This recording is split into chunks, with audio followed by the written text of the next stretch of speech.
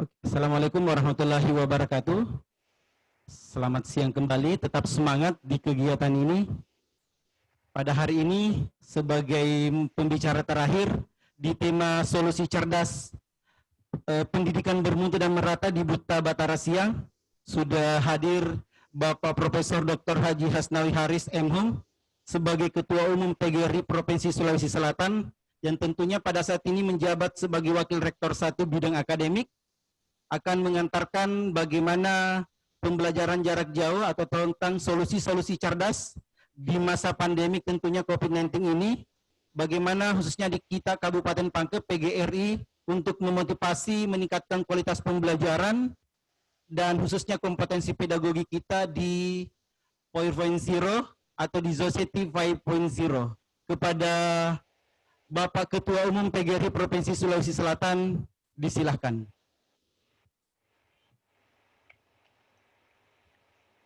Baik, Bismillahirrahmanirrahim. Assalamualaikum warahmatullahi wabarakatuh.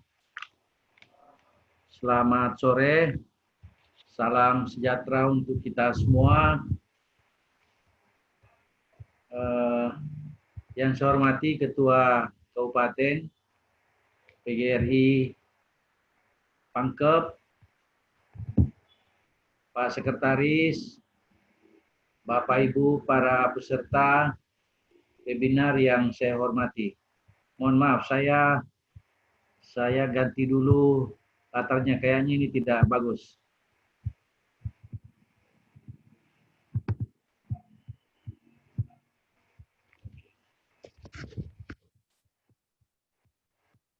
Baik, Bapak Ibu yang saya hormati, saya diberikan amanah oleh panitia dalam webinar ini terkait dengan solusi cerdas. Bagaimana kita melakukan pembelajaran jarak jauh, terutama di daerah Pangkep yang beberapa titik geografisnya itu mengalami kendala.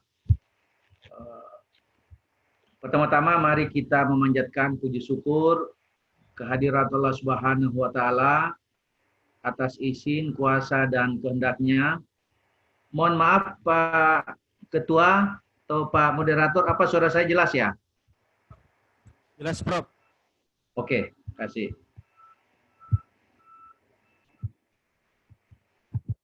Baik, jadi saya ulangi, pertama-tama mari kita memanjatkan puji syukur kehadirat Allah Subhanahu wa Ta'ala atas izin, kuasa, dan kehendaknya kita masih diberikan kesehatan, kesempatan terutama di masa pandemi ini yang kita tahu menjadi ujian global, sehingga kita bisa hadir sama-sama di tempat ini meskipun dalam tatap maya.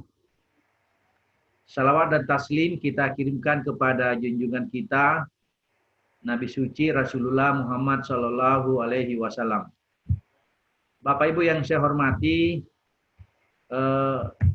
sesungguhnya dari beberapa pembicara tadi sudah disampaikan banyak hal, terutama dari keynote speaker dari Pak Rektor, kemudian dari Prof. Hamsu, dari yang mewakili Pak Bupati memberikan sambutan tadi, Pak Asisten, kemudian terakhir dari Ketua PGRI Kabupaten atau Kepala Dinas, yang menurut saya sudah sangat banyak bagaimana kita memastikan, terutama di daerah Pangkep yang secara geografis saya bilang tadi memiliki daerah-daerah yang sedikit bersoal dari sisi jaringan.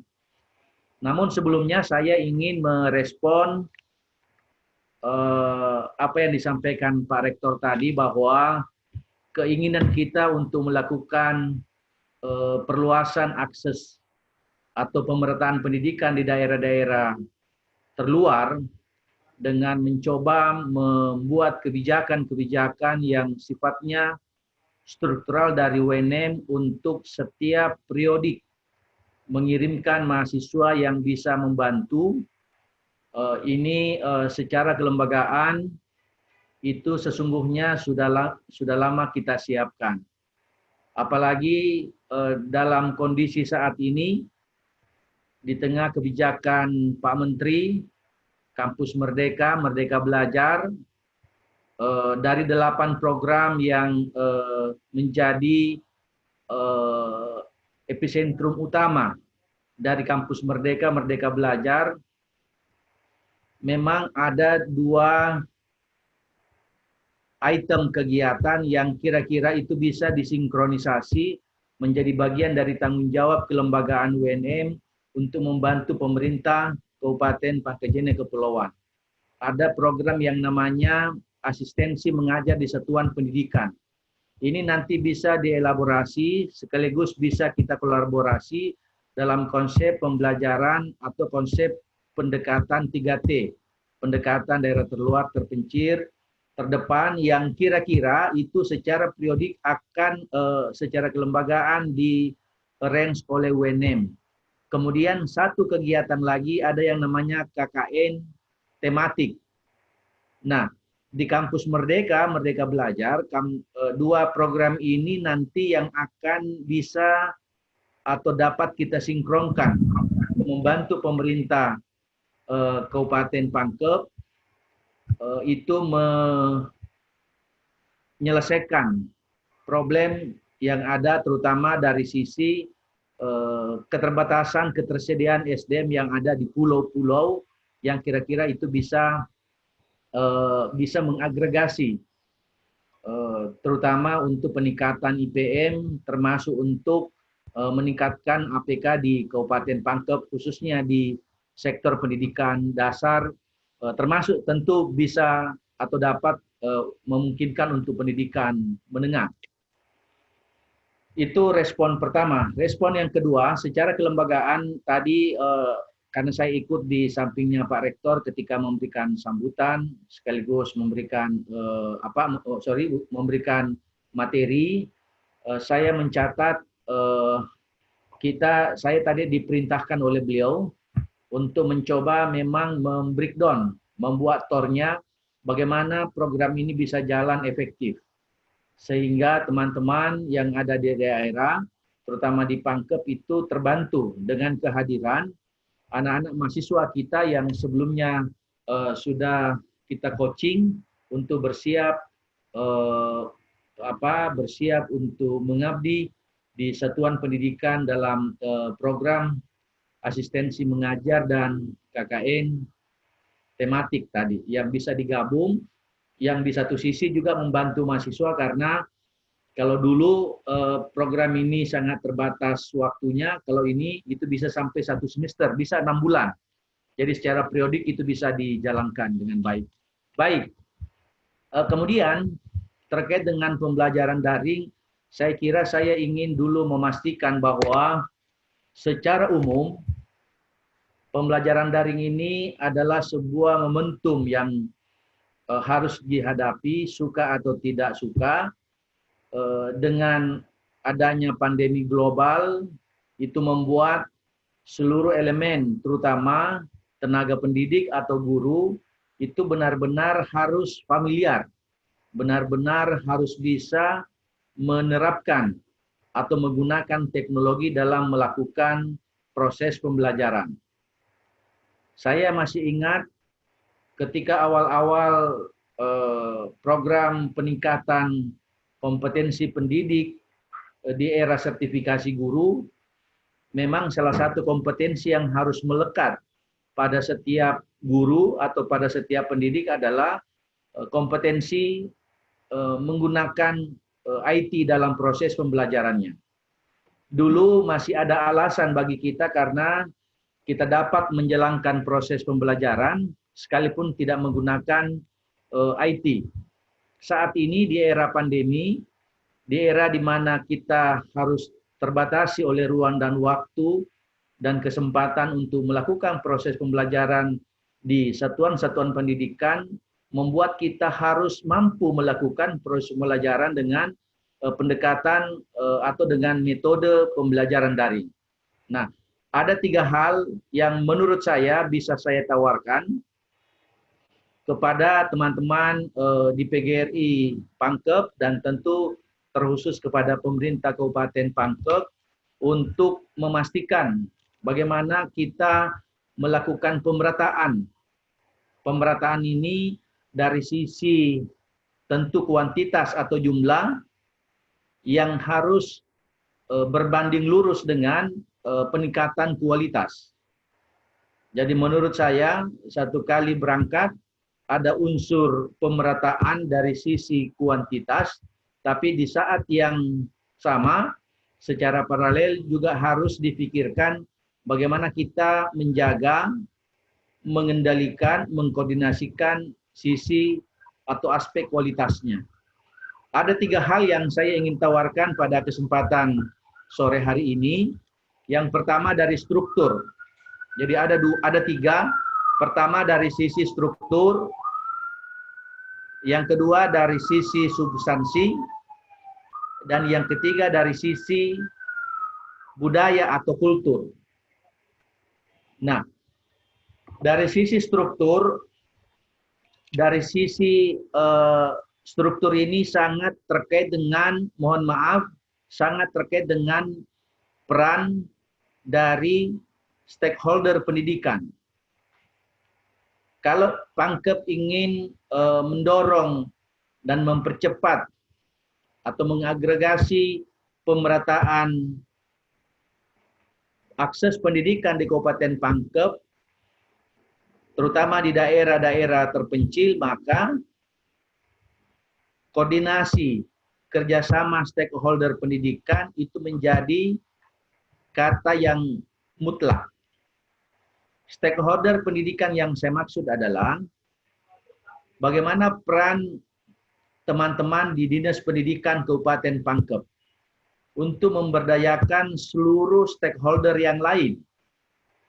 Kalau dari sisi organisasi, mohon maaf, kita bisa menyebutkan bagaimana memberdayakan MGMP. Kita belum bicara geografis, tapi secara umum. Bagaimana memberdayakan MGMP yang harus dari awal jelas terkoordinasi programnya. Saya tentu berharap bahwa kehadiran teman-teman MGMP ini di beberapa tempat di Indonesia, saya melihat sebagai ketua pengurus provinsi, saya banyak berkoordinasi dengan kawan-kawan di seluruh Indonesia. Tidak sedikit beberapa MGMP itu dianggarkan proses programnya, aktivitasnya di APBD mereka masing-masing. Nah, ini juga bisa menjadi contoh bagaimana stakeholder MGMP misalnya tadi, kemudian asosiasi profesi bidang studi, kemudian bagaimana forum atau musyawarah kerja kepala sekolah, itu bersinergi untuk membuat program. Nah, kalau sinergi antara dinas pendidikan dengan stakeholder pendidikan yang lain sudah ada programnya, sudah ada aktivitasnya, maka nanti akan berikut bagaimana menjalankannya. Nanti itu di ujung. Jadi setelah ada struktur, ada substansi, ada kultur, pertanyaan berikutnya adalah bagaimana kita melaksanakan. Itu urusan kedua dari 3 sistem tadi ini. Jadi tidak akan mungkin, mohon maaf, tidak akan mungkin kita bisa mewujudkan keinginan kita untuk melakukan pemerataan pendidikan di Kabupaten Pangkep kalau tidak ada kerjasama dari seluruh pihak. Kerjasama dari stakeholder yang ada. Sehingga proses ini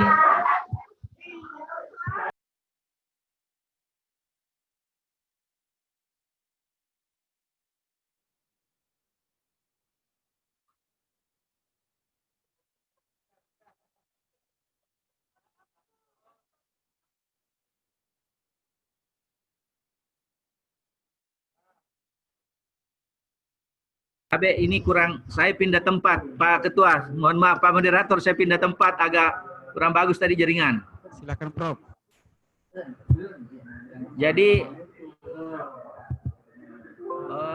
Jadi koordinasi. Koordinasi dari stakeholder itu kata yang wajib. Jadi Pak Kepala Dinas, siapapun itu nanti, atau penanggung jawab pendidikan di Kabupaten Pangkep itu harus berkoordinasi. Tidak cukup dengan program berkoordinasi, harus jelas, tertulis, terang benderang apa yang harus dikoordinasikan dengan daerah-daerah, kecamatan, daerah-daerah desa atau dusun, tentu dengan melibatkan asosiasi profesi, organisasi-organisasi yang selama ini melekat di unsur pendidikan seperti yang saya sebutkan tadi, MGMP, Forum atau Musyawarah Kerja Kepala Sekolah, Asosiasi Profesi Bidang Studi, dan berbagai lembaga yang kira-kira memang memiliki perhatian, concern terhadap peningkatan kualitas pendidikan. Itu satu. Yang kedua dari sisi substansi. Kalau kita sudah memastikan bahwa struktur kelembagaannya ini program untuk bagaimana melakukan pemerataan akses pendidikan, maka unsur kedua yang harus kuat adalah apa yang harus dikoordinasikan. Saya tadi disebutkan ada beberapa contoh, saya ingin menyampaikan bahwa selama ini analisis dan pengamatan kita ada sedikit kelemahan. Ada sedikit kelemahan kita. Di satu waktu saya pernah diskusi dengan Ketua LPMP, waktu itu masih Prof. Andika Sasraman, almarhum. Saya mengatakan bahwa seharusnya koordinasi di antara stakeholder pendidikan itu bisa difasilitasi oleh LPMP, sehingga kegiatan-kegiatan yang dilakukan tidak hanya peningkatan kompetensi profesional, tapi juga menyasar kompetensi pedagogik, juga menyasar kompetensi sosial dan kompetensi kepribadian. Praktek kita selama ini, ketiga kompetensi selain kompetensi profesional ini hampir tidak ada penatarannya atau hampir tidak ada pelatihannya, workshopnya, dan bimbingan teknisnya dan seterusnya. Nah, ini yang ke depan harus kita lakukan. Nah, kalau kita sudah pastikan bahwa kompetensi yang tadi itu bisa kita potret, maka kita bisa melihat unsur dari gradasi dari kompetensi itu. Mohon maaf, kompetensi profesional itu kan bisa diukur. Teman-teman yang selama ini mengikuti pelatihan dengan konsep atau dengan pendekatan peningkatan kompetensi profesional itu dengan mudah. Yang berat dilakukan dan menurut saya ini yang mungkin teman-teman di Pangkep, kami di provinsi siap membackup, siap membantu membackup, apalagi tadi jaminan kelembagaan dari Pak Rektor UNM jelas sekali. Kami siap menyasar selain peningkatan kompetensi profesional teman-teman adalah peningkatan kompetensi pedagogik. Ini tidak kalah pentingnya. Di era seperti ini, kompetensi sosial, kompetensi kepribadian, kompetensi pedagogik itu sesungguhnya kontribusinya jauh lebih besar untuk membuat anak-anak memiliki masa depan yang baik. Kalau Bapak Ibu, teman-teman sekalian pernah membaca referensi bahkan hasil riset, kelihatannya kita bisa mengakui bahwa kompetensi profesional itu sesungguhnya bukan tidak penting, tetapi bisa menjadi pertimbangan bagi kita. Howard Gardner dalam bukunya Multiple Intelligence, dia mengatakan bahwa kesuksesan hidup seseorang itu sesungguhnya hanya 20% ditentukan oleh kecerdasan intelektualnya. Tetapi 80% itu kesuksesan hidup seseorang itu ditentukan oleh kecerdasan emosional atau kecerdasan sosialnya. Artinya apa? Sesungguhnya teman-teman sekalian yang saya sampaikan tadi, saya usulkan kepada Pak Ketua LPMP, bagaimana memotret ini sehingga program-program pelatihan-pelatihan yang dilakukan oleh teman-teman di LPMP itu juga menyasar kompetensi sosial, kepribadian, dan kompetensi pedagogik. Ini yang tidak pernah ada. Ini yang kurang. Itulah makanya menurut saya substansi dari struktur yang nanti membuat di dalamnya ada regulasi, karena dari struktur itu dibuatkan aturan-aturan, dibuatkan regulasi bagaimana mencapai itu, maka salah satu yang harus diisi di situ adalah bagaimana secara paralel peningkatan kompetensi sosial, pedagogik, dan kompetensi kepribadian itu berjalan beriring dengan kompetensi profesional. Saya kira teman-teman, saya yakin bagi teman-teman yang selama ini mengikuti pelatihan di provinsi, hampir semua pelatihan yang kita ikuti adalah peningkatan kompetensi profesional. Sehingga tidak sedikit teman-teman secara akademik, mohon maaf, secara akademik mengikuti pelatihan itu untuk peningkatan kompetensi profesionalnya, tapi jiwanya tidak tenang kalau mengajar. Bagaimana kita mengajar dengan membuat siswa itu senang, dengan pembelajaran yang aktif dan menyenangkan, ini bukan persoalan kompetensi profesional di situ. Itu persoalan kompetensi sosial, kompetensi kepribadian, dan terutama kompetensi pedagogik. Nah, ini yang menurut saya ke depan, Pangkep kalau ingin mencoba melakukan percepatan pemerataan akses pendidikan, nah itu yang harus disentuh. Ya, kalau misalnya tadi Pak Rektor menyampaikan bahwa memang menjadi guru itu menurut saya tidak mudah. Ya, tidak mudah. Artinya kalau sebenarnya rujukannya di pasal 7 Undang-Undang 14 tahun 2005, di sana dengan jelas terang benderang disampaikan bahwa untuk menjadi guru memang ya adalah anak-anak bangsa yang memiliki bakat, minat, panggilan jiwa, dan idealisme. Yang sampai hari ini proses rekrutmen guru itu belum menyasar atau kita belum punya instrumen untuk menyasar, mengetahui, mendeteksi apakah anak-anak yang masuk di LPTK itu benar-benar memiliki bakat, minat, panggilan jiwa, dan idealisme. Ini yang belum pernah kita lakukan. Sehingga menurut saya tawaran yang kedua tadi dari sisi substansi, ya untuk mempercepat itu salah satu fungsi guru yang ada saat ini di dunia pendidikan adalah bagaimana meningkatkan kompetensi pedagogik mereka.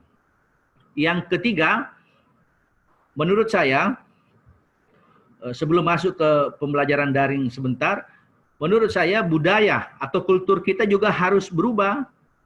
Bapak Ibu, ketika struktur yang sudah dibuat dengan berbagai macam kebijakan dan regulasi, yang isinya adalah mencoba membuat program itu secara paralel meningkat kompetensi teman-teman guru dari sisi kompetensi profesionalnya, kompetensi pedagogiknya, kompetensi sosial dan kepribadiannya, maka ini harus diikuti oleh perubahan kultur, perubahan budaya.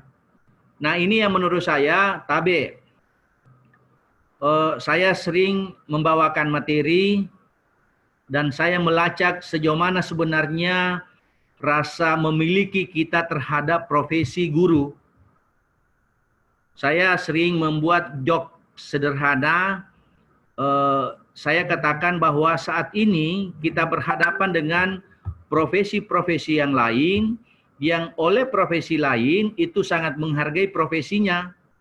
Nah, kita guru mohon maaf, bukan tidak menghargai, tetapi kadang karena pertimbangan kemanusiaan, pertimbangan yang remeh-temeh, kita membuat sesuatu yang tidak membuat kita menghargai harkat dan martabat guru. Saya sering mencontohkan Bapak Ibu.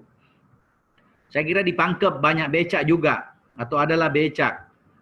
Saya di Makassar tidak pernah melihat tukang becak mengayuh becaknya dengan memakai pakaian profesi lain. Memakai pakaian dokter misalnya, pakaian putih-putih yang dipakai dokter di rumah sakit, nggak pernah kita lihat tukang becak mengayuh becaknya itu. Atau mungkin profesi lain, profesi hakim, jaksa, memakai jubahnya ketika mengadili di persidangan, nggak pernah ada tukang becak memakai itu.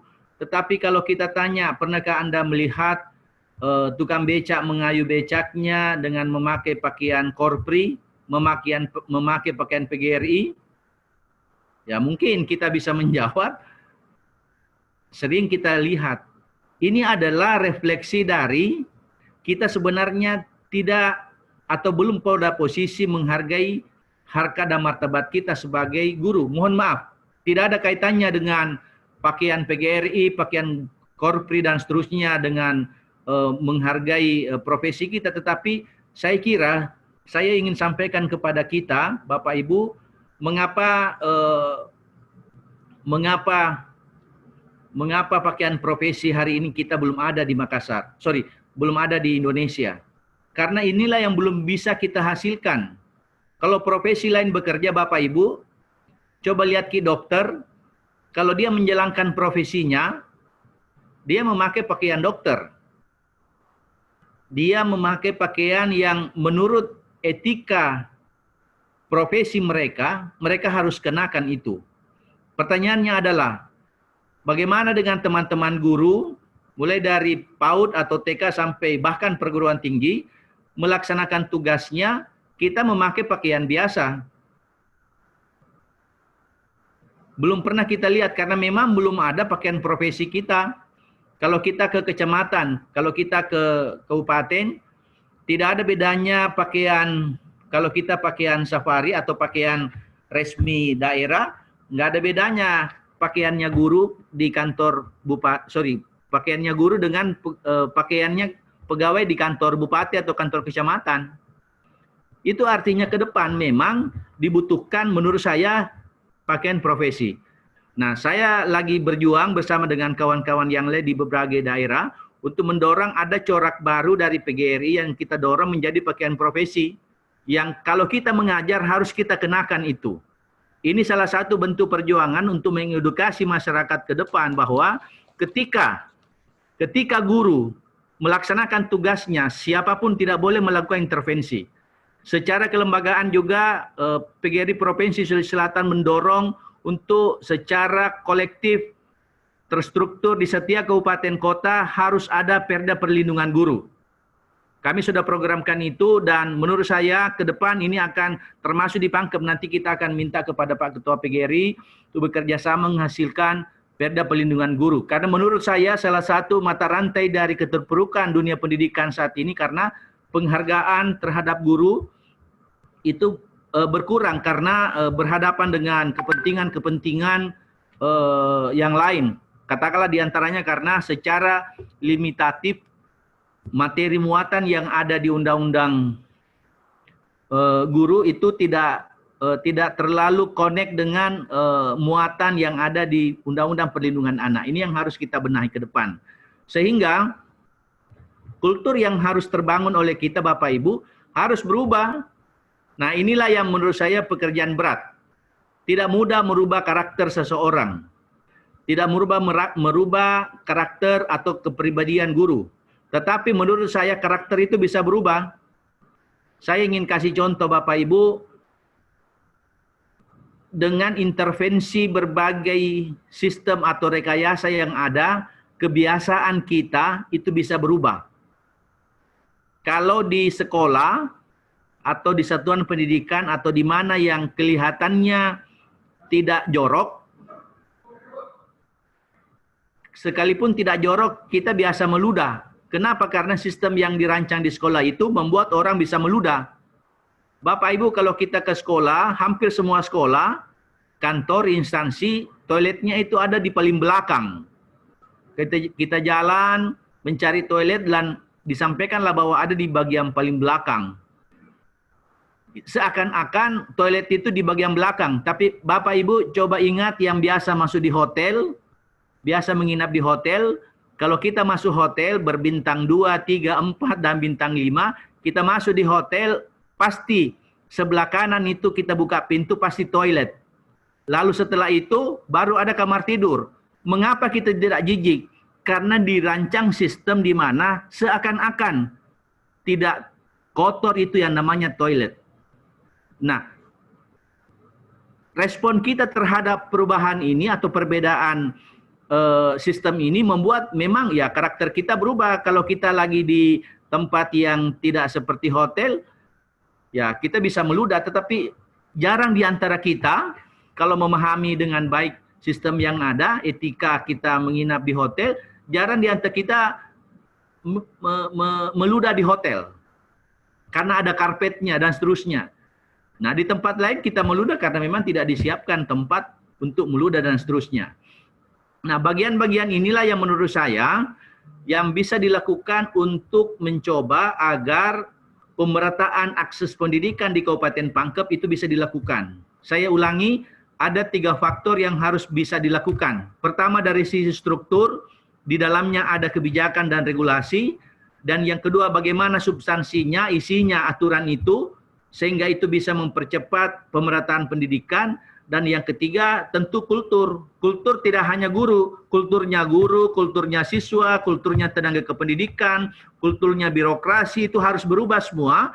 Nah kalau ini semua berjalan paralel, insya Allah keinginan kita agar pemerataan pendidikan di Kabupaten Pangkep itu bisa jalan. Nah sekarang Tabe, 2 menit ke depan saya akan bicara tentang pembelajaran daring. Bapak Ibu yang saya hormati, salah satu konsekuensi logis yang harus kita hadapi di masa pandemi ini adalah dituntutnya kita untuk melakukan pembelajaran daring.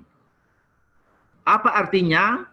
Ya, saya kira kemarin di banyak kesempatan kita menyampaikan bahwa teman-teman termasuk saya kira salah satu yang terdepan PGRI di Sulawesi Selatan adalah PGRI Kabupaten Pangkep, itu sudah menjalankan banyak sekali program pelatihan-pelatihan yang membekali teman-teman guru agar proses pembelajarannya yang dilakukan itu pendekatannya daring. Bahwa ada yang tidak melakukan pembelajaran daring, saya kira itu ada formulasi lain yang memang harus dihadapi karena tidak semua daerah ada jaringannya. Tidak semua juga orang tua memiliki kemampuan untuk membelikan kuota kepada anak-anaknya. Nah itu soal lain, tetapi saya kira bicara tentang pembelajaran daring ini, teman-teman, kalau hari ini masih terdaftar masih ada 480 di Zoom meeting ini, ditambah dengan yang ikut di live di YouTube, saya kira saya ingin menyampaikan bahwa pembelajaran daring ini adalah sebuah keniscayaan.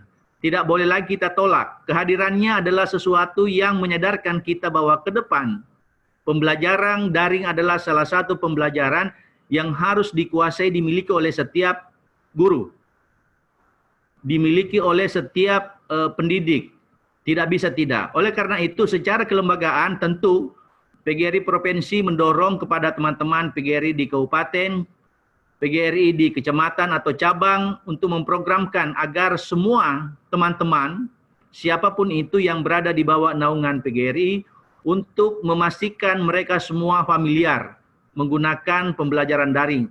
Mari kita identifikasi berapa besar guru yang kemampuannya menggunakan pembelajaran daring dengan kemampuan seperti ini. Berapa yang seperti ini dan berapa yang kira-kira belum mampu. Kalau kita bisa identifikasi maka secara periodik kita bisa programkan pelatihan. Pelatihan agar teman-teman bisa menggunakan itu. Salah satu mata rantai yang kemudian menjadi masalah tidak hanya di satuan pendidikan, di pendidikan dasar dan pendidikan menengah termasuk di pendidikan tinggi adalah tidak semua dosen dengan kehadiran pandemi global ini menyiapkan dirinya. Rata-rata di antara kita memiliki materi adalah materi PPT atau dalam bahasa dulu disebut PowerPoint. Kalau pembelajaran daring dengan pendekatan LMS, pendekatan yang membuat pembelajaran itu disebut berkategori daring, salah satu yang harus atau wajib dimiliki adalah konten atau isi.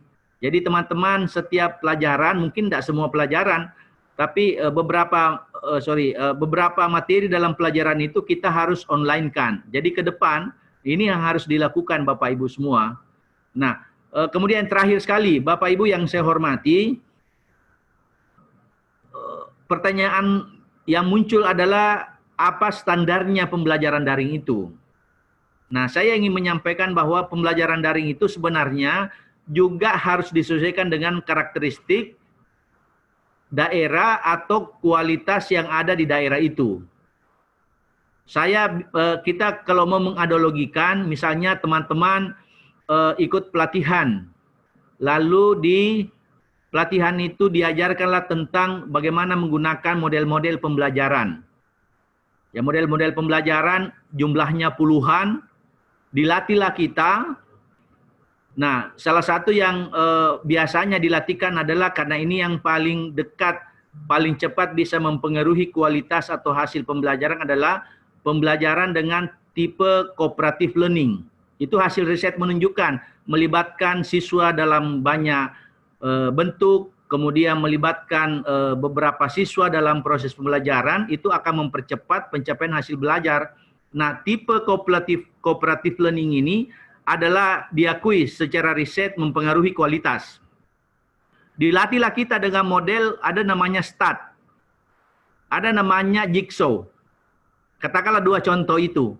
Kita dilatih dalam posisi di pelatihan itu instrukturnya menyampaikan dengan tepat, fasilitasnya lengkap, tempat duduknya lengkap, dan seluruh fasilitas yang lain mendukung. Kita melakukan itu, rasanya nyaman. Tetapi Bapak Ibu, ketika kita pulang kampung, pulang ke daerah masing-masing, pulang ke satuan pendidikan, yang dihadapi adalah suasana di mana sarana dan prasarana yang terbatas. Di mana kondisi siswa yang dihadapi berbeda dengan kondisi pada saat ada pelatihan. Ada kota, kabupaten, ada kecamatan, ada kelurahan, ada desa, ada dusun, ada kampung betul. Sehingga yang ideal tentu tidak mungkin kita menghasilkan pelaksanaan pembelajaran tipe Jigsaw dan STAT seperti di pelatihan waktu kita mengikuti pelatihan, misalnya di kota atau di mana, misalnya di pusat. Sehingga kalau kita pulang ke sekolah masing-masing dengan kondisi yang berbeda saat pelatihannya, yang dilakukan adalah bagaimana merancang, menyesuaikan, mengadaptasikan pembelajaran tipe cooperative learning dengan Jigsaw ala Pangkep, ala Bungoro, ala yang lain. Kenapa? Karena tempatnya berbeda, siswa yang dihadapi berbeda. Jadi Jigsaw yang dihasilkan atau yang kita gunakan tentu Jigsaw yang menyesuaikan dengan kondisi geografis, menyesuaikan dengan kondisi siswa, termasuk menyesuaikan dengan kondisi sarana prasarana yang ada pada daerah itu. Nah, ini sama dengan pembelajaran daring tadi. Pembelajaran daring itu harus menyesuaikan. Tidak boleh standar pembelajaran daringnya Jakarta, yang jaringan internetnya luar biasa, itu sama dengan pembelajaran daring yang ada di Pangkep. Ya, bagi kita pembelajaran daring itu adalah sepanjang proses pembelajaran itu tidak dilakukan secara tatap muka, kita mengirim tugas kepada siswa, di setiap Sabtu biasanya orang tua mendatangi atau menyetor kembali tugasnya yang kita berikan kepada siswa. Menurut saya itu adalah pembelajaran daring. Karena mungkin saja daerah itu memang susah untuk mendapatkan jaringan dan seterusnya. Lewat WA sudah cukup, lewat pendekatan yang lain sudah cukup. Yang pasti ada proses pembelajaran di sana. Nah, inilah yang secara kelembagaan terakhir sekali saya ingin sampaikan. Inilah yang secara kelembagaan oleh pengurus besar Persatuan Guru Republik Indonesia itu memang mendorong ada kurikulum di era pandemi. Kurikulum yang mengabaikan atau kurikulum yang tidak menjadikan standar nasional pendidikan sebagai ukuran dalam menilai, mengasesmen proses pembelajaran. Ya, kondisi pandemi yang ada melahirkan kurikulum darurat yang apa boleh buat, kita harus sadari, ini harus kita jalankan sehingga asesmen yang kita lakukan benar-benar harus menyesuaikan dengan kondisi yang ada. Tidak seluruh kondisi siswa secara homogen kondisinya sama. Nah, karena dia sangat heterogen, ya kita harus sesuaikan. Inilah yang ke depan harus kita juga pastikan ini tetap berjalan. Yang pasti di tengah pandemi global ini kita harus memastikan Bapak Ibu secara kepribadian, secara kelembagaan kita harus memastikan hak-hak mendapatkan pendidikan oleh peserta didik itu mereka harus dapatkan. Saya kira itu Bapak Ibu, Pak Moderator yang saya bisa sampaikan. Sebagai pemantik boleh kalau ada diskusi, tapi karena ini saya kira dari tadi pagi kita berada di layar tayang kita, mungkin ada kejenuhan. Kalau ada yang mau bertanya silahkan. Saya kembalikan ke moderator. Demikian, billahi taufiq wal hidayah. Assalamualaikum warahmatullahi wabarakatuh. Assalamualaikum warahmatullahi wabarakatuh. Apa itu Pak Karo?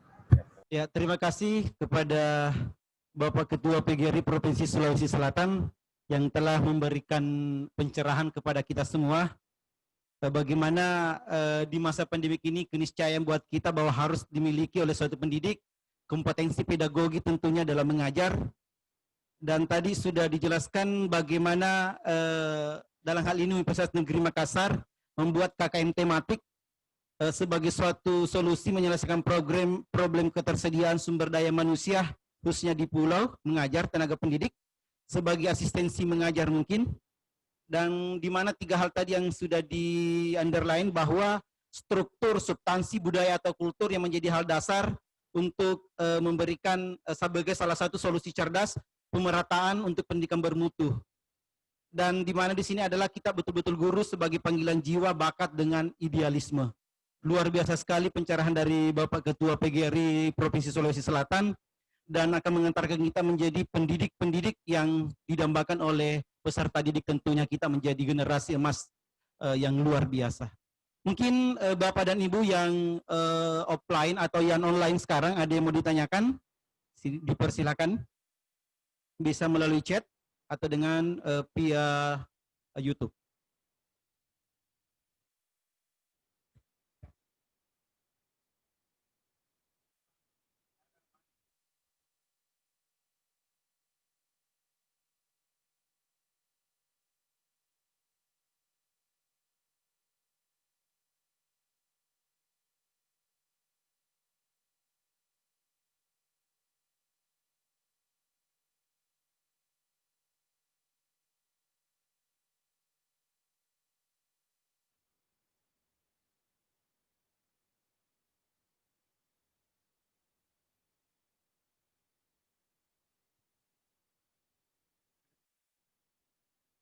Ya Bapak Ibu yang ada secara Bapak Ibu yang online sekarang, silahkan raise your hands.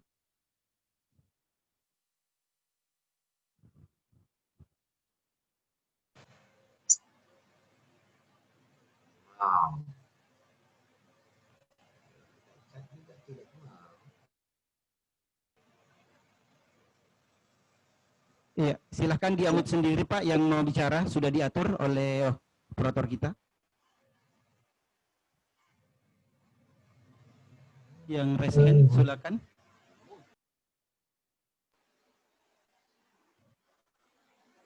Halo. Ya Pak Hasan SPD.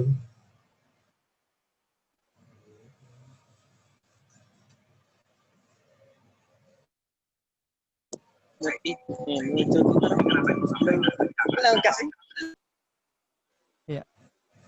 Silakan Pak 085255.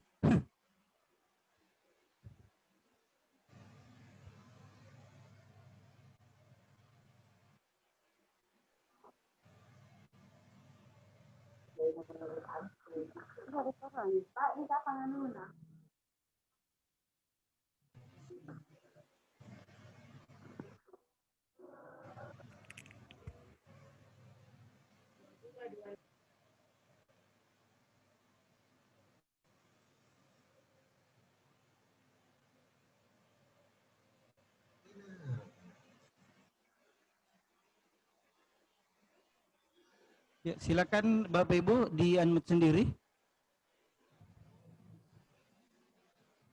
Yang di atas. Ya Pak Bakri. Halo, Assalamualaikum. Waalaikumsalam. Silakan Pak. Ya, terima kasih Pak. Betul sekali apa yang dipaparkan oleh Profesor Asnawi Haris. Sedikit barangkali saya seleksi di IKIP Ujung Pandang masuk tahun pertama. Ini Pak, bahwa apa yang dipaparkan tadi mengenai penerapan model-model pembelajaran, ya memang tentunya kita guru ini jangan dipaksa untuk menerapkan model pembelajaran yang ada di dalam buku-buku sesuai dengan daerah yang membuat model-model itu. Tetapi biarkanlah guru menjadi penentu model-model pembelajaran yang diterapkan sesuai dengan kondisi daerahnya masing-masing. Itu barangkali Pak sebagai masukan untuk kedepannya pelatihan-pelatihan mengenai kompetensi guru, baik pedagogik maupun profesional, tentunya ini sangat menunjang kalau ini dilaksanakan secara rutin di setiap tahun barangkali. Ya, di sisi lain bukti-bukti sertifikat itu bisa dipakai untuk kenaikan pangkat bagi kami guru-guru yang ada di wilayah negara Republik Indonesia ini. Ya, bagi untuk itu mengenai pembelajaran daring ini, saya sendiri masih terkendala. Di sisi lain saya masih kemampuan pemasangan itu kuat, artinya masih sangat rendah. Ya, untuk itu saya bertanya kepada Bapak Prof, bagaimana mengatasi kendala-kendala yang ada di siswa yang susah mengakses internet, apalagi kondisi daerahnya yang tidak bisa. Padahal kalau kita lihat himbauan dari pemerintah, baik Kementerian Pendidikan, selalu mengarahkan menyamaratakan bahwa seluruh wilayah Indonesia ini terakses internet. Di sisi lain penambahan fasilitas kemampuan satelit kita tidak pernah ditambah, yang ditambah adalah program pengguna. Ya, itu barangkali Pak, bagaimana nanti Bapak bisa mengajukan ke pemerintah untuk penambahan fasilitas internet yang ada, utamanya satelit, yang mampu menjangkau seluruh wilayah Indonesia tanpa terkendala. Assalamualaikum warahmatullahi wabarakatuh. Waalaikumsalam warahmatullahi wabarakatuh. Mungkin Bapak Prof bisa langsung menjawab, Pak. Terima kasih banyak Pak Moderator. Pak Hasan. Assalamualaikum Pak Hasan. Pak Bakri, Pak Bakri. Oh, Pak Bakri, sorry Pak Bakri. Ini karena ini nomor HP-nya ini Pak Bakri yang muncul ini. Ya, saya terima kasih kita bisa bersilaturahim Pak Bakri, alhamdulillah.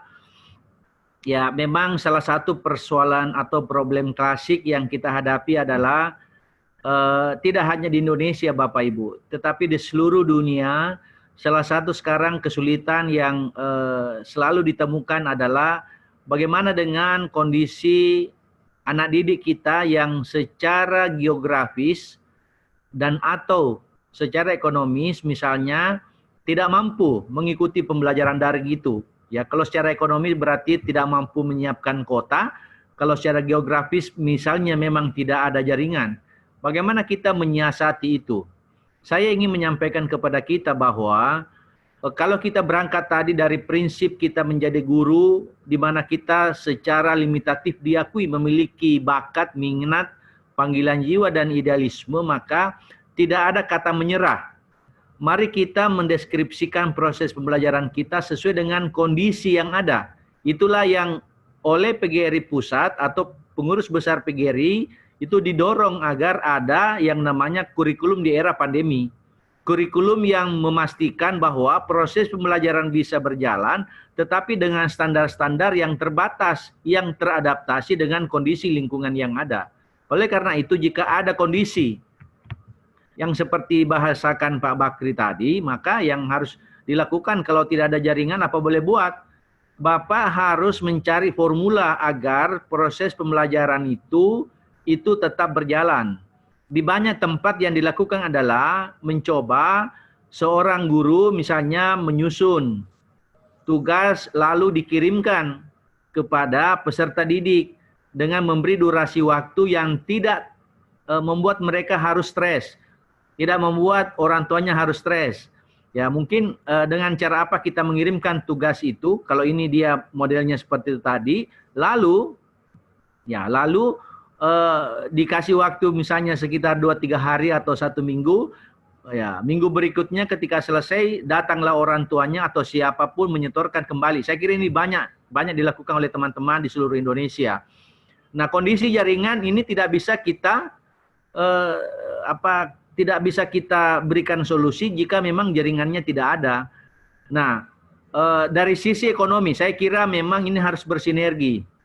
Saya ingin sampaikan, saya kira Bapak Ibu tentu masih segar. Beberapa waktu yang lalu ada program dari kementerian yang memberikan kuota kepada peserta didik. Kuota kepada anak-anak kita yang ketika misalnya karena ketidakmampuannya secara ekonomi itu orang tuanya, mereka bisa diberikan. Saya lihat itu ada yang dikasih 10, 20, sampai 50 giga. Nah, yang bisa kita lakukan itu, Pak. Jadi kalau saya, Pak Bakri, kita tidak boleh kehilangan ide, tidak boleh kehilangan kreativitas untuk memastikan proses pembelajaran yang dilakukan itu, ya, saya tidak mengatakan apa adanya, tetapi memastikan bahwa proses pendidikan berjalan. Sambil kita berdoa, mudah-mudahan ujian Allah kepada kita, umat manusia, pandemi global ini bisa segera hilang, bisa segera tertelan bumi, sehingga kita bisa kembali dengan membawa berkah dari pandemi ini, di mana kita bisa menggunakan secara familiar pembelajaran daring yang ada. Oleh karena itu tadi kalau ada kesulitan, kalau di teman-teman guru, tolong tabe kepada teman-teman PGRI di kabupaten, di kecamatan atau PGRI cabang untuk mengidentifikasi kelemahan teman-teman untuk kita lakukan pelatihan. Saya kira terlalu banyak platform-platform pembelajaran yang ada yang gratis yang bisa kita manfaatkan. Sehingga itu proses berjalan seperti yang kita inginkan. Saya kira itu Pak Bakri yang saya bisa sampaikan. Terima kasih. Terima kasih, Prof. Mungkin ada satu Prof dari offline yang luring yang ada di sini. Silakan. Masih ada, silakan. Ya, silakan. Tabe.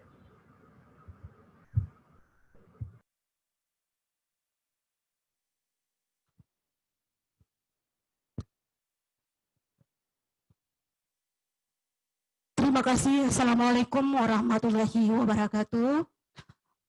Menarik sekali materi yang dikemukakan oleh Bapak Prof dan narasumber sebelumnya, dan tentunya sangat terkait. Pada materi pertama telah dikemukakan Prof bahwa untuk mengangkat harkat dan derajat manusia itu dengan ilmu.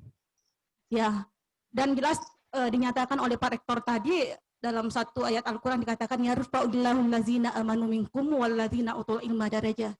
Sesungguhnya untuk mengangkat harkat dan derajat manusia dengan ilmu.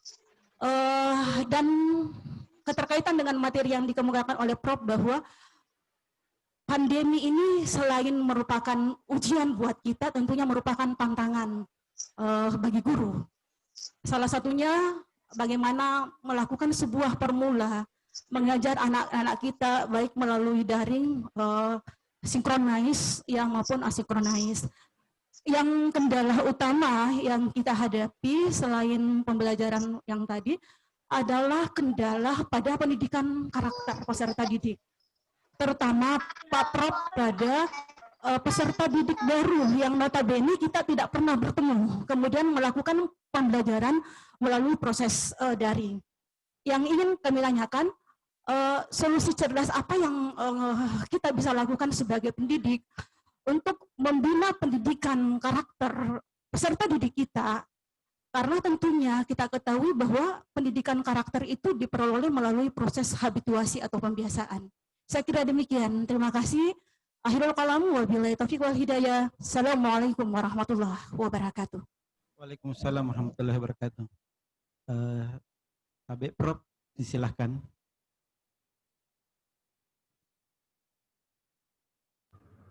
Habib dari Ibu Mardia dari SMA 11 Pangkep. Oke, Bu Mardia dari SMA 11 Pangkep. Terima kasih, ini pertanyaan yang bagus. Pertanyaan yang memang menjadi tantangan bagi kita. Biasanya kelemahan dari pendidikan karakter itu kan karena kalau di masa sebelum pandemi, salah satu kelemahannya adalah kelihatan sekali kita tidak bisa mewujudkan pendidikan karakter itu dengan sempurna karena berbagai pertimbangan atau berbagai sebab atau berbagai alasan. Salah satu alasannya adalah karena seakan-akan kita menganggap bahwa pendidikan karakter itu hanya menjadi tanggung jawabnya guru PPKN, guru agama, dan guru bimbingan konseling atau guru BK. Nah, pemahaman kita seperti itu, tetapi sebenarnya, ini sebelum saya jawab, tapi sebenarnya kalau Bapak Ibu melihat dari grand design pendidikan karakter di negara kita, dan sudah ditetapkan dalam pusat kurikulum, ada 18 nilai karakter yang bisa diinternalisasi. Tidak hanya pada ketiga pelajaran yang saya sebut tadi, pada semua pelajaran. Nah, salah satu prinsip utama pendidikan karakter adalah nilainya itu tidak diajarkan, tapi dikembangkan dan dipraktekkan. Makanya salah satu kelebihan atau salah satu konsekuensi dari seorang pembina atau seorang pendidik yang mengampu pendidikan karakter adalah mereka itu tidak cukup memberi contoh, tetapi mereka harus menjadi contoh. Jadi biasa saya guyon, saya bilang kalau misalnya seorang guru laki-laki katakan begitu, kalau seorang guru laki-laki mengatakan jangan merokok, maka orang pertama yang tidak boleh merokok adalah guru yang mengatakan kepada siswa jangan merokok. Ingat, pendidikan karakter itu kekuatannya di situ. Sekali lagi, salah satu prinsip utama pendidikan karakter adalah kita tidak dibutuhkan memberikan contoh, tapi kita harus memang menjadi contoh. Nah, itu di masa sebelum pandemi, di masa di mana kita bertemu muka dengan anak-anak kita, sangat sulit kita menginjeksi, menginternalisasi nilai karakter itu. Nah, sekarang ini era pandemi yang membuat kita terbatas, bahkan tidak pernah ketemu dengan peserta didik yang kita ajar. Bagaimana kita menginternalisasi nilai-nilai karakter itu? Tentu banyak pendapat, banyak teori yang bisa kita kutip. Salah satu yang saya ingin sampaikan adalah nilai karakter itu seperti yang kalau kita lihat prinsip dasarnya tadi, nilai karakter itu tidak diajarkan tapi dikembangkan. Sehingga guru harus menjadi contoh, tidak hanya memberi contoh. Maka yang harus dilakukan adalah, oke, kita kasih contoh misalkan, kan ini SMA tadi, guru biologi memberikan tugas kepada siswa. Mari melihat, memotret 18 nilai karakter. Ketelitian, kerjasama, kejujuran, kemandirian adalah bagian dari nilai karakter. Ketika Ibu Mardiana tadi memberikan tugas kepada peserta didik kita, anak-anak kita, maka kita bisa mengukur apakah dia jujur.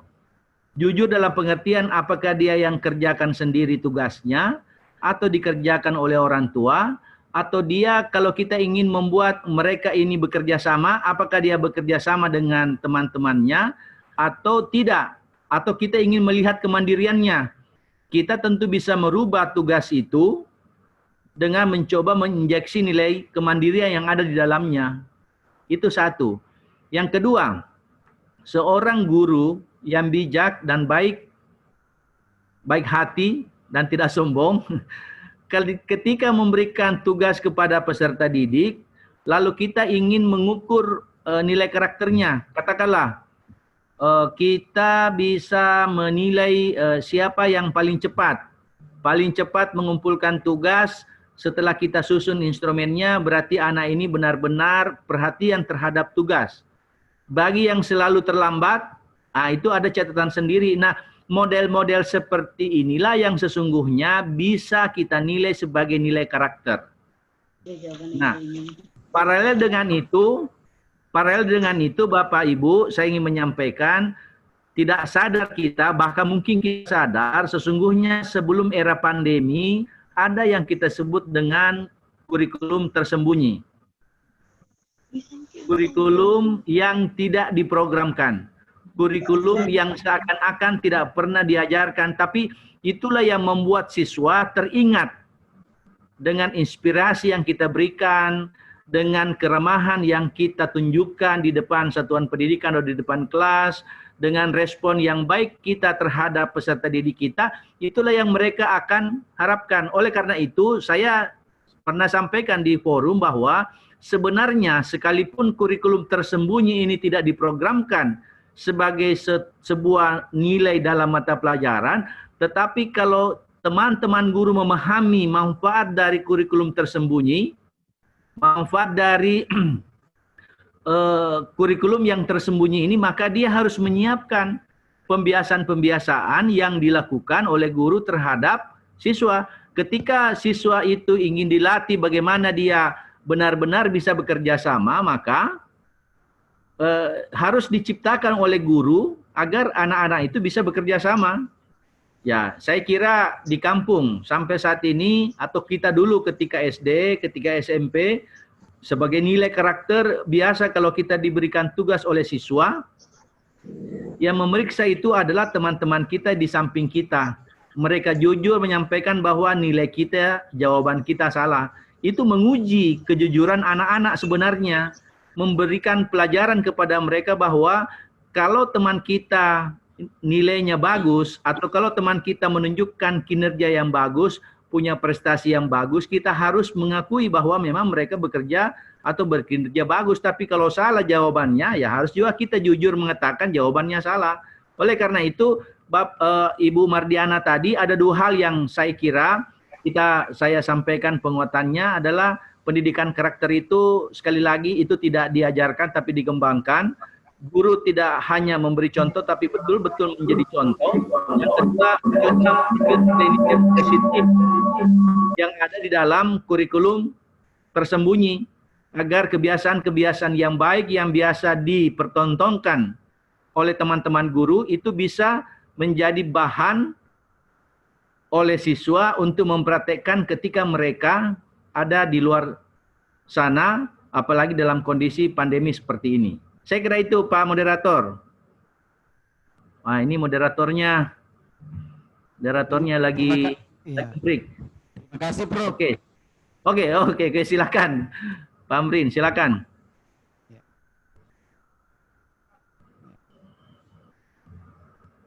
Silahkan mungkin satu lagi jika ada yang mau bertanya. Masih ada satu, Prof, satu untuk offline. Silakan, Pak.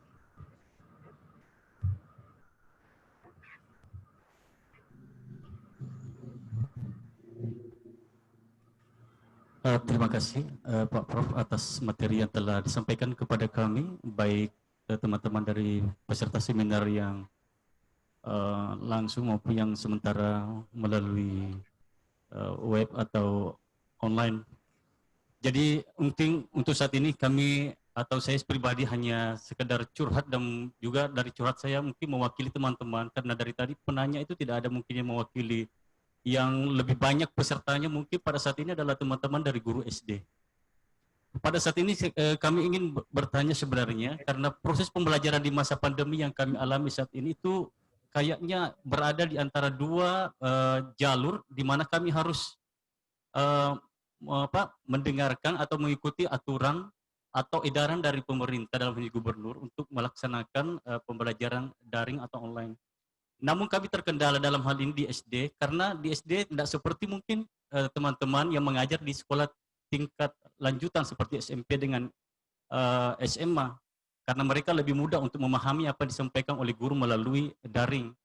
Kalau kita di SD misalnya sekolah yang dibawa antara kelas 1 sampai dengan kelas 3, mungkin untuk pembelajaran daring tidak semudah kita mengajarkan sebagaimana teman-teman yang mengajar di sekolah lanjutan.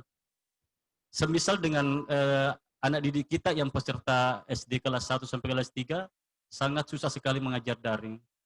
Terutama tempat kami yang kurang diakses untuk jaringan, mana orang tua mereka tidak terlalu fasih dan menggunakan IT atau teknologi seperti itu.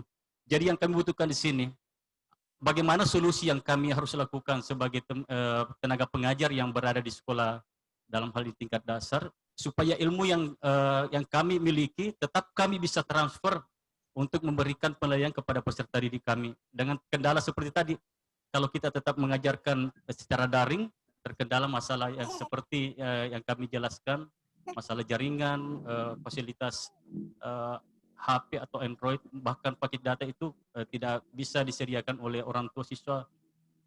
Saya kira itu saja Prof yang ingin kami sampaikan. Terima kasih sebelumnya atas jawaban yang telah diberikan, yang akan diberikan. Terima kasih. Assalamualaikum warahmatullahi wabarakatuh. Silakan Prof, ini namanya Hardin Prof. Pak Hardin Prof dari SD. Oke, Pak Hardi dari SD. Terima kasih banyak. Ini salah satu model yang dikenal dalam dunia pendidikan adalah model ketut tular. Jadi sebenarnya ini bisa difasilitasi. Sebelum saya jawab ya, sebelum saya jawab, ini sebenarnya bisa model ketut tular ini adalah model yang kalau di satu tempat sudah dilaksanakan, silakan di-share ke tempat yang lain. Jadi kalau misalnya ada yang seperti yang dialami tadi oleh penanya terakhir tadi, maka yang bisa dilakukan adalah bagaimana, mohon maaf, teman-teman PGRI, teman-teman yang ada di MGMP, teman-teman yang ada di musyawarah kerja kepala sekolah dan sebagainya, untuk merancang agar yang model seperti ini difasilitasi untuk disampaikan kepada teman-teman yang lain yang mengalami masalah yang sama. Sehingga kalau ada yang sudah melaksanakan, itu bisa ditiru. Itulah kemudian ditularkan kepada yang lain. Nah, yang seperti ini memang butuh fasilitasi dari lembaga, butuh fasilitasi dari forum-forum yang bisa membuat agar model tadi itu bisa disampaikan kepada yang lain. Itu satu. Nah, yang kedua, bagaimana dengan kondisi yang seperti yang dijelaskan tadi? Saya kira ini problem klasik yang tidak hanya dihadapi oleh teman-teman di Pangkep, tapi dihadapi oleh seluruh guru yang ada di seluruh Indonesia dengan kondisi yang disebutkan tadi. Salah satu yang mungkin saya bisa berikan solusi adalah jika masih dianggap di sana ada jaringan apapun, apakah jaringan karena ada data atau jaringan bisa masuk telepon, bisa SMS, bisa WA, maka yang bisa dilakukan adalah salah satu prinsip pembelajaran itu adalah agar proses pembelajaran itu sampai di siswa.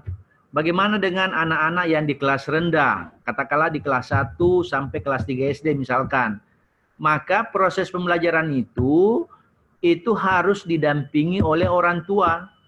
Pertanyaannya, bagaimana kalau orang tuanya tidak bisa mendampingi anaknya yang kebetulan misalnya mohon maaf orang tua kita itu tidak punya latar belakang pendidikan yang baik. Itu bisa dicarikan apakah saudaranya, apakah sepupunya atau omnya, tantenya. Inilah yang nanti menyampaikan kepada siswa itu. Jadi trilogi tripusat pendidikan, orang tua, guru dan siswa memang harus bersatu. Jadi bayangan kita memberikan proses pembelajaran kalau tipenya seperti tadi, tidak harus langsung ke siswa, apalagi kalau kelas rendah, tetapi didampingi oleh orang tua.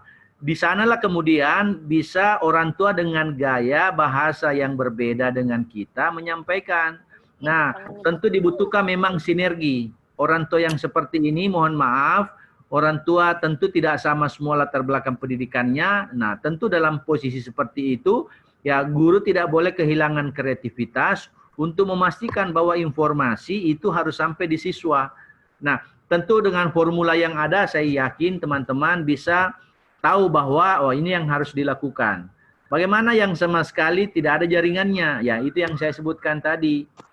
Apalagi kalau guru SD misalnya memang, saya mau katakan Bapak Ibu, pola seperti ini adalah pola yang umum dikenal. Jangankan di Indonesia, di luar negeri, di negara-negara Eropa, di Italia, misalkan, saya pernah membaca artikel, caranya memang di sana ada relawan. Ada relawan yang dibuat secara sukarela oleh kelompok atau komunitas masyarakat yang memang tugasnya menjemput tugas pakai sepeda, Bapak Ibu, menjemput tugas dan memberikan tugas dari guru ke siswa, dari siswa ke guru. Jadi guru tidak meninggalkan rumahnya, siswa tidak meninggalkan rumahnya, soal itu diantarkan lewat sepeda, diantarkan misalnya pagi sampai siang, kemudian di sana ada transaksi berapa hari harus di store, lalu di waktu itu kemudian yang relawan tadi datang mengambil lagi. Ini tidak di Indonesia, ini di Eropa, ini di Italia, yang kita tahu sudah maju pendidikannya, tapi karena pandemi global seperti ini, membuat mereka harus memutar otak. Nah, salah satu yang tercipta di sana itu ada relawan. Relawan yang menjemput atau mengantar jemput soal. Ya, modelnya seperti kalau kalau ada di desa, di kampung, ya mungkin ada orang yang secara fisik kuat, sehat walafiat, dengan alat pelindung diri yang cukup, bisa juga seperti itu kalau kita mau. Tapi ini adalah sebagai bagian dari solusi untuk memastikan bahwa prinsip dasarnya setiap peserta didik harus mendapatkan hak pendidikannya dengan cara apapun, dengan cara-cara yang mungkin di luar kebiasaan, karena ini pandemi adalah sebuah ujian yang sangat berat kepada kita. Ini pola-pola yang bisa saja kita lakukan. Saya kira itu, Ibu ya. Terima kasih banyak. Bapak ya yang terakhir, sorry. Oke, terima kasih, Prof. Saya kira cukup kegiatan kita pada hari ini. Kami ucapkan banyak terima kasih kepada semua pemateri pada hari ini.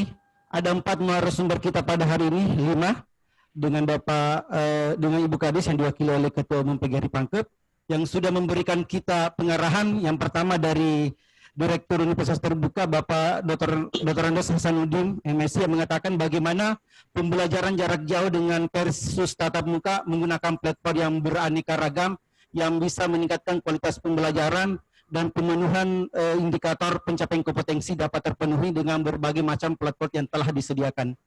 Sudah juga disampaikan oleh Bapak Rektor Prof. Husain yang mengatakan bagaimana event kita di Kabupaten Pangkep meningkat dengan adanya strategi akselerasi MOU dengan pemerintahan Kabupaten Pangkep tentunya untuk meningkatkan event kita khususnya di sektor pendidikan. Kemudian dilanjutkan oleh Bapak Prof. Ahmad Sugani yang mengatakan bahwa untuk meningkatkan dengan pemerintahan ada 4 hal yang tadi ditekankan, bagaimana kita tulip, dan tulip awards. Kemudian tadi Pak Ketua Umum PGRI Kabupaten Pangkep menyampaikan bagaimana kita memberikan strategi atau challenge tertentu di 3 dimensi tantangan profil pendidikan Kabupaten Pangkep tentunya. Dan terakhir Bapak Prof. Hasnawi sebagai Ketua Umum PGRI Provinsi Sulawesi Selatan sudah memberikan bahwa bagaimana pemerataan sisi kuantitas berbanding lurus dengan sisi kualitas nantinya yang menjadikan kita di Kabupaten Pangkep sebagai solusi cerdas pemerataan pendidikan dan bermutu tentunya di Buta Batara Siang. Kami ucapkan banyak terima kasih atas arahannya kepada Bapak yang Ibu yang luring dan yang daring. Kami ucapkan banyak terima kasih dan semangatnya. Ini membuktikan bahwa kita sebagai para pendidik di Kabupaten Pangkep akan selalu maju dan maju menjadi generasi cerdas untuk Kabupaten Pangkep. Oleh karena itu kami sampaikan kepada Bapak Ketua Umum PGRI Provinsi Sulawesi Selatan untuk menutup materi atau menutup acara ini. Kepada Bapak Prof, silakan.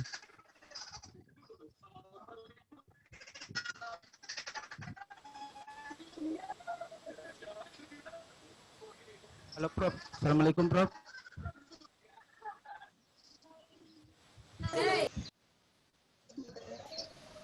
Baik, terima kasih. Assalamualaikum warahmatullahi wabarakatuh. Saya kira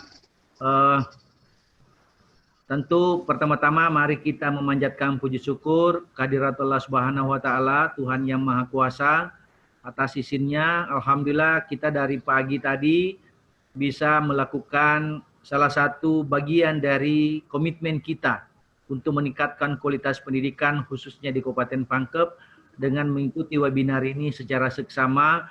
Tentu ada banyak manfaat yang sudah di-share oleh para narasumber yang bisa kita petik hikmahnya untuk kemudian kita jadikan bahan pertimbangan, bahan pembelajaran untuk melangkah lebih baik di masa yang akan datang. Salawat dan taslim kita kirimkan kepada junjungan kita Rasulullah Muhammad Sallallahu Alaihi Wasallam. Sebelum saya tutup, izinkan saya menyampaikan ucapan terima kasih pada teman-teman para pengurus Kabupaten PGRI Pangkep yang sudah menginisiasi webinar ini yang menurut saya sungguh-sungguh sangat bermanfaat.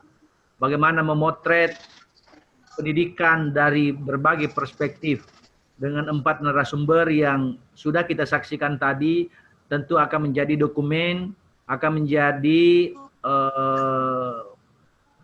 bahan pertimbangan bagi teman-teman PGRI untuk nanti diramu, untuk dibuat rumusannya dan disampaikan kepada pemerintah kabupaten agar keinginan kita untuk bagaimana pemerataan akses pendidikan yang bermutu di Kabupaten Pangkep itu bisa kita wujudkan. Tentu kepada teman-teman pengurus cabang yang sudah turut membantu, kepada seluruh peserta webinar yang tentu saya yakin dan percaya capek kita, tapi inilah yang harus kita lakukan di masa-masa seperti ini. Mendengarkan materi dari berbagai narasumber tentu adalah bagian yang harus kita jadikan sebagai bahan untuk kita pelajari, untuk kita kembangkan di tempat kita masing-masing dengan melakukan berbagai hal yang menurut kita positif dan baik untuk peserta didik kita, termasuk untuk kita. Tentu karena ini daring, tentu tidak rasanya tentu ada kelemahan bagi teman-teman yang mengikuti secara daring, tetapi bagi yang mengikuti secara luring yang berada di Pangkep, saya kira juga tentu ini bagian dari komitmen kita untuk kita memastikan bahwa proses webinar ini tentu memberikan manfaat. Dan atas izin kita semua, sebelum saya tutup, mohon maaf, saya ingin kembali meneriakkan yel-yel PGRI sebagai bagian dari bahwa kegiatan ini adalah kegiatan yang kita inisiasi karena kita ingin menjadikan PGRI sebagai rumah besar untuk memberikan kontribusi terbesar kepada pemerintah Kabupaten Pangkep dalam meningkatkan kualitas pendidikan. Tabe, hidup PGRI! Hidup! Hidup guru! Hidup! Solidaritas! Yes! Oke. Terima kasih Bapak Ibu, dan atas izin kita semua, mari kita menutup webinar hari ini dengan bersama-sama membaca Alhamdulillahirrabbilalamin. Demikian, wassalamualaikum warahmatullahi wabarakatuh. Saya kembalikan ke moderator. Terima kasih Prof. Saya kira cukup. Wassalamualaikum warahmatullahi wabarakatuh.